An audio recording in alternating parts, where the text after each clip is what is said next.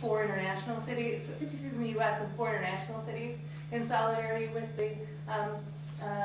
the folks who didn't go to the grand jury on January 25th. And it's very important that we continue to build the movement and spread the message, because while it is about our case, it is certainly not just about our case. It is about the ability and the right to organize and be political. And so, we expect there to be, it's very important that the movement continues.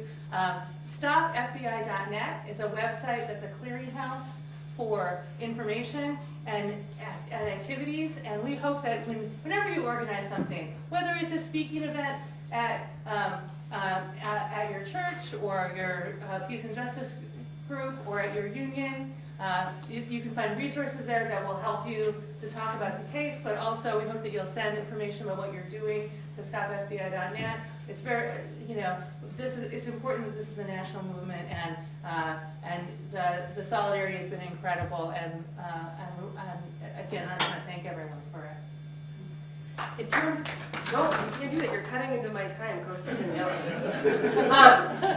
just kidding. I don't mean to demonize you. I'm against that. It's a general tactic. That's why I'm here. In terms of, I think it's important for us to say before we continue to get started today, because I think it's important in terms of shaping the purposes of this conference. I think it's important for you guys to understand what's coming next. So 23 people have been subpoenaed, and everybody gave basically the prosecutor the finger. Okay, nobody showed up. We don't expect the 23 people are going to be able to be subpoenaed and no one is going to testify and that no one's going to have to go to jail. Okay? We would be surprised. I would be surprised if that happened. If that happens, that's awesome. But the fact is that we expect that people are going to be re-subpoenaed, that people are going to have immunity imposed upon them, and then people are going to have to make a decision about whether or not they're going to testify or whether or not they're going to go to jail. And we have, of course, no idea how long people could end up going to jail. This grand jury that's been meeting since, we believe, August of 2009, in secret, about God knows what, is coming up for, it's called re-impaneling, okay, this month in February. And we expect that they could get like a 3-year extension. Do you know what I'm saying? And so what we're concerned about is how long are people then therefore going to be in jail, okay? It is going to be critical that if people are re-subpoenaed, and it's going to be critical that if people are taken to state custody, that we need to have a national movement of response, okay? How many people are protesting will have everything to do with whether or not people are taken into state custody, and if they are taken into state custody, how long they are held. Okay? We have heard from our lawyers, as well as been confirmed by Colleen Rowley, who used to be an FBI agent who we do work with in the city of Minneapolis, that the decision is going to be made at the upper levels of the Department of Justice for whether or not people are going to be forced to have immunity forced upon them. This is going to be a decision made by the higher-ups in the Obama administration. This is not something that's going to be decided in Chicago. Okay? And so a national movement definitely has the ability to send a message to the Obama administration that these are our people and that they should not be sent to jail for deciding to have a stance of conviction, to decide not to go along with this witch hunt. And it's going to be imperative that people stand in solidarity with them. Additionally, we have every reason to expect that indictments will be coming. We think sometime in the next 2 months. The reason why I could say that indictments are probable is not just because I have a pessimistic view about this, although some people could say that that is true. But the fact of the matter is that it is incredibly easy to get indictments from a grand jury. Okay, my cat could get indicted by the grand jury. Okay, because the fact of the matter is that the prosecutor is the only one who gets to tell the narrative in the grand jury. There aren't any other perspectives that are allowed. It's designed to produce indictments. Okay, like nobody gets to bring an attorney. They get to allow hearsay evidence. There's a lot of reasons, but anyway, the fact is that we believe that it will be easy for them to give indictments, and the prosecutors have been very forthcoming that they are excited about their indictments that they're going to be able to get. We have no idea who is going to be indicted or how many people are going to be indicted. But we do know that they want to jail anti-war and international solidarity activists. We also know that they plan on using their professional liars in order to try to weave this bizarre tale of material support for terrorism to this grand jury, and that they probably have been doing that, in their testimony for the past, year and a half. So far, the prosecutor's office has been fairly quiet about our case because during a grand jury, since it's in secret, they're not supposed to be out there talking, about the case. But we believe that when indictments happen, that the smear campaign will begin. And what their plan is going to be is to try to divide those of us who have been targeted by this grand jury from the anti-war movement and from the international solidarity movements and from the progressive communities that we've actually been a part of for years. We expect that they will label us as criminals, as terrorists, and communists. And I think it's important for you as our supporters to know that there are going to be a lot of lies said, there's going to be a lot of dramatic, bizarro stories that are told, and that it's going to be important for us to stand up and defend our movement and the fact that we have a diverse movement that is united in a cause, right? End of U.S. military aid to places like Israel and Colombia, and end of U.S. occupation across the globe, and that we work with all sorts of people in order to make that possible, and that this should not become an internal witch hunt within ourselves of letting the United States federal government get to divide us and decide who is the real anti-war movement and who is not in the real anti-war movement. And so I think it's important for people to be ready for that. We also need to have, large demonstrations of public support when people are indicted, because the fact is that the decision about how many people to indict and whether or not to go forward with the trial will also be made at the upper echelons of the Obama administration, and it will be made in a very political way. And so we need to, because this is a political case, have a response back to that says, no, you can't go and attack our movement. In an interview with Noam Chomsky this week on Democracy Now!, he was asked about our case, and he said, this is the most important civil liberties attack since the Smith Act. You are a part of an important national movement to defend the right to organize, and I thank you so much for being here.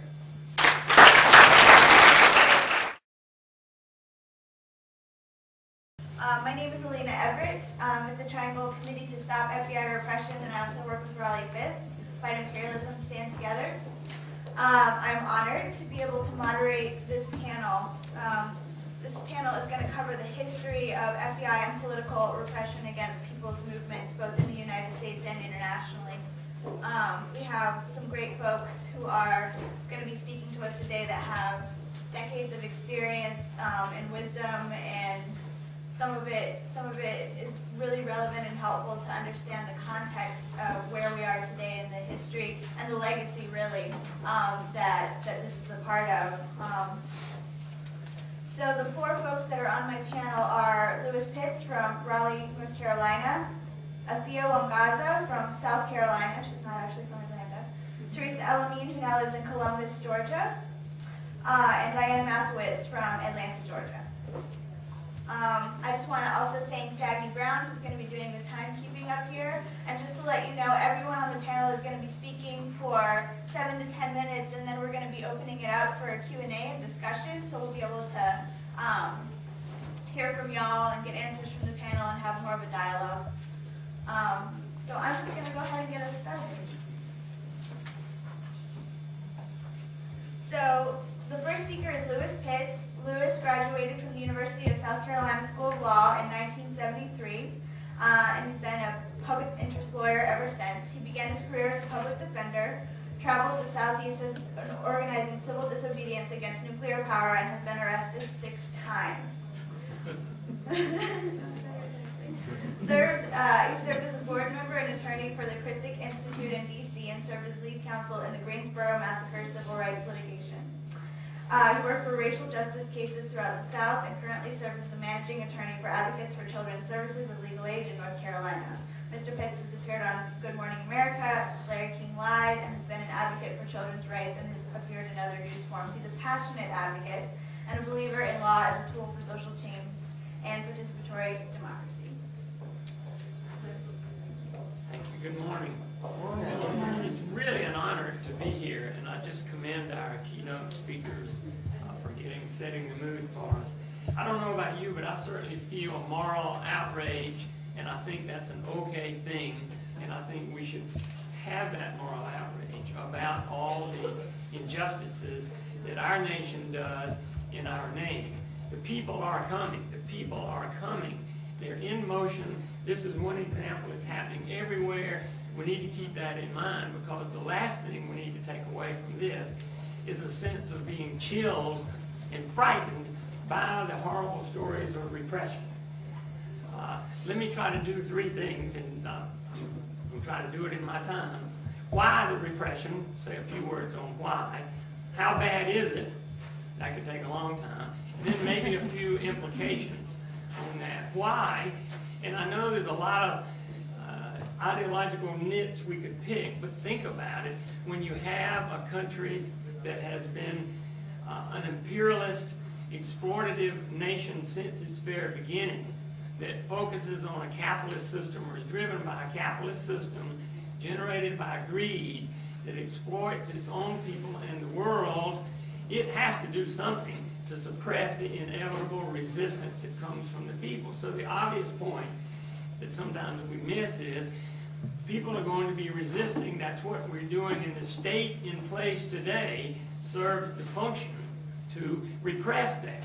And if at some point we do make the distinction, need to make a distinction and not feed into the Ronald Reagan, that crowd, anti-government. We are anti-repressive government. I think we're for democratic self-government of the people, by the people, and for the people.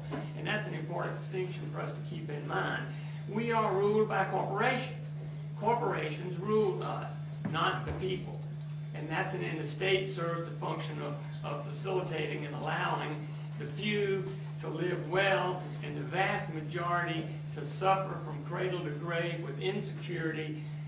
And never mind what we could say about the other people in the world that we murder and kill and rape and do all these to allow this kind of lifestyle for us. How bad is it? How bad is it? Jeepers. Well, the ink was barely dry on the Bill of Rights when in 1798 Congress passed the Alien and Sedition Act, 1798, which made it illegal to criticize the government. Right there alongside that you have a First Amendment right to speak out and criticize the government. Actually, we could go a step further. Our Constitution embraced slavery. So there's this schizophrenia between the rhetoric of freedom, democracy, equality, and is grounded in oppression. We had Abraham Lincoln suspends the great writ habeas corpus during the Civil War. The First World War, the Palmer raids, FBI rounding up the generally immigrant dissidents, people who were opposing war. World War II, we round up 120,000 Japanese, people of Japanese descent, lock them up. This for no damn reason at all, because that's who they are. We could say the same thing about World War II and the Vietnam War and so forth. It's that part. Most of those things were generally done by statute, as opposed and purportedly justified by law.